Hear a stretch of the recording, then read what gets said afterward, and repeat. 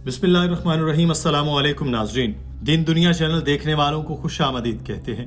नाजरीन, FIFA world cup में Qatar की हुकूमत ने डॉक्टर जाकिर नाइक को मदऊ किया, जो हम सब के लिए बाइस फख्र है। पूरी दुनिया के मुसलमान कतरी हुकूमत की तारीफ कर रहे हैं, लेकिन भारत में इस बात को लेकर सफ़े मातम बिछा हुआ है और भारतीय मीडिया की चीखें निकल रही हैं।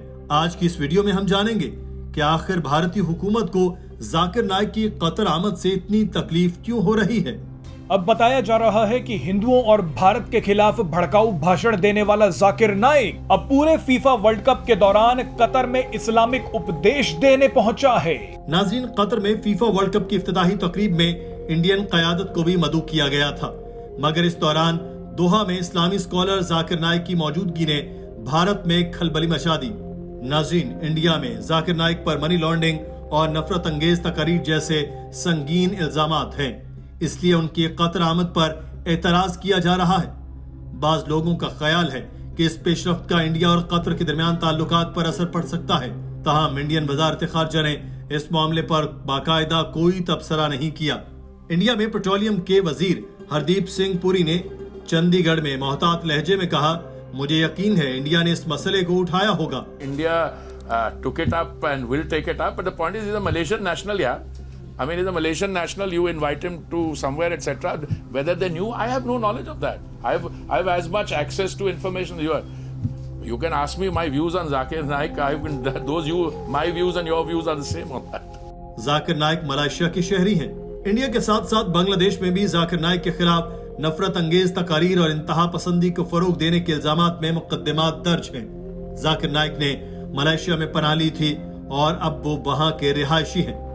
इंडिया, बांग्लादेश, कनाडा, श्रीलंका और बर्तानिया में पीस टीवी नेटवर्क पर पाबंदी है, जहां जाकिर नाइक की तकारीर नशर होती हैं।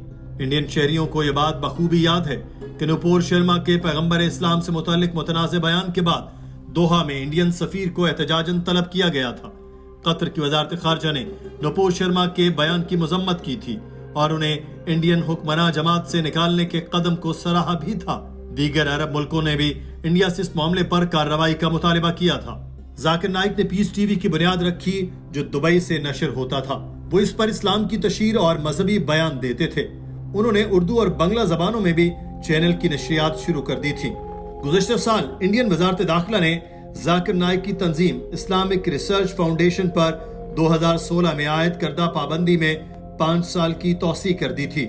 वफाकी हुकूमत ने इस पाबंदी के हवाले से कहा था कि जाकिर नाइक की तंजीम इन सरगर्मियों में मुलव्विस है जो कौमी सलामती के लिए खतरा है और इससे मुल्की इत्तेहाद और अमन को नुकसान पहुंच सकता है। इंसदाद दहशतगर्दी ट्रिब्यूनल में इंडिया के सॉलिसिटर जनरल ने कहा था कि जाकिर नाइक अपनी मजहबी तकारीर और तशद्दुद पर उकसाने वाले बयानात से इंडिया भर में अपने फॉलोअर्स तक बात पहुंचाते हैं। नोटिफिकेशन में कहा गया, जाकिर नाइक और उनकी तंजीम IRF ने ट्रस्ट, NGO और जाली कंपनियां बना रखी हैं जो खलीजी ममालिक से पैसे इकट्ठे करती हैं। इसमें इल्जाम लगाया गया कि इसकी मदद से मुस्लिम नौजवानों को शिद्दत पसंद बनाया जाता है।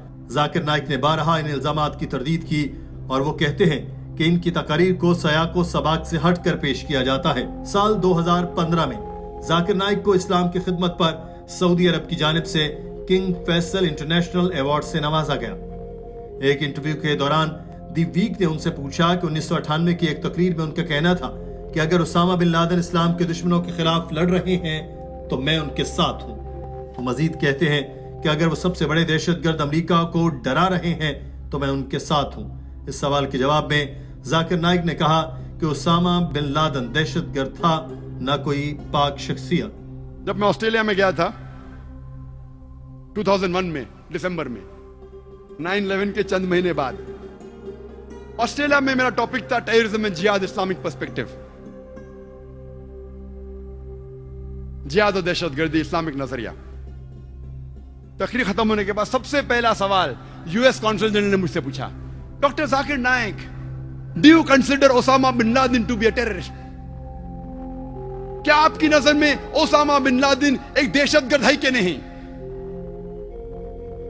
तो मैंने उससे कहा, मैं ओसामा बिन लादेन को नहीं जानता हूं, ना वो मेरा दोस्त है ना मेरा दुश्मन है, ना मैंने उसके ऊपर तहकीक की है। लेकिन आप समझते अगर मैं रिप्लाई दूं BBC اور CNN کو سن کے, اگر میں BBC اور CNN کو سن کے جواب دوں گا تو میرے پاس کوئی دو رائے نہیں, بٹ کہنے پڑے گا دہشت گرد ہے. لیکن قرآن مجھے اس کی اجازت نہیں دیتا. قرآن میں اللہ تعالیٰ فرماتے ہیں سورہ حجرات میں, سورہ نمبر 49, چیپٹر 49, آیت نمبر 6 میں, جب بھی کوئی فاسق آپ کو کوئی چیز کہتا ہے اس کی تحقیق کرو دوسرے تک پہنچانے کے پہلے. جب بھی کوئی آپ کو انفارمیشن ملتی ہے, جب بھی کوئی بات آپ تک پہنچتی ہے, اس کی تحقیق کرو اور پھر دوسرے تک پہنچاؤ. تو میں BBC دیکھ کے, CNN دیکھ کے یہ نہیں کہہ سکتا ہوں کہ اسامہ بن لادن ٹیررسٹ ہے. کہنے میں اسے اچھا بھی نہیں کہتا ہوں, برا بھی نہیں کہتا ہوں. نہ وہ میرا دوست ہے نہ میرا دشمن ہے. ذاکر نائک خود کو امن کا سفیر کہتے ہیں. انہوں نے دی ویک کو بتایا کہ وہ جنوبی افریقہ کے اسلامی اسکالر شیخ احمد دیدات سے متاثر ہوئے تھے. ان کے والد ماہر نفسیات جبکہ ان کے بھائی ڈاکٹر ہیں. ڈاکٹر ذاکر نائک کی والدہ انہیں دل کے امراض کی ماہر بنانا چاہتی تھی. انہوں نے بتایا کہ دیدات سے ملاقات کے بعد جب انہوں نے اپنی والدہ سے پوچھا کہ انہیں کیا بننا چاہیے تو ان کا جواب تھا کہ وہ مذہبی اسکالر اور ڈاکٹر دونوں کے طور پر انہیں دیکھنا چاہتی ہیں. طب میں اپنی تعلیم مکمل کرنے کے بعد ذاکر نائک نے 1990 میں IRF کے ذریعے اسلام کی دعوت شروع کی.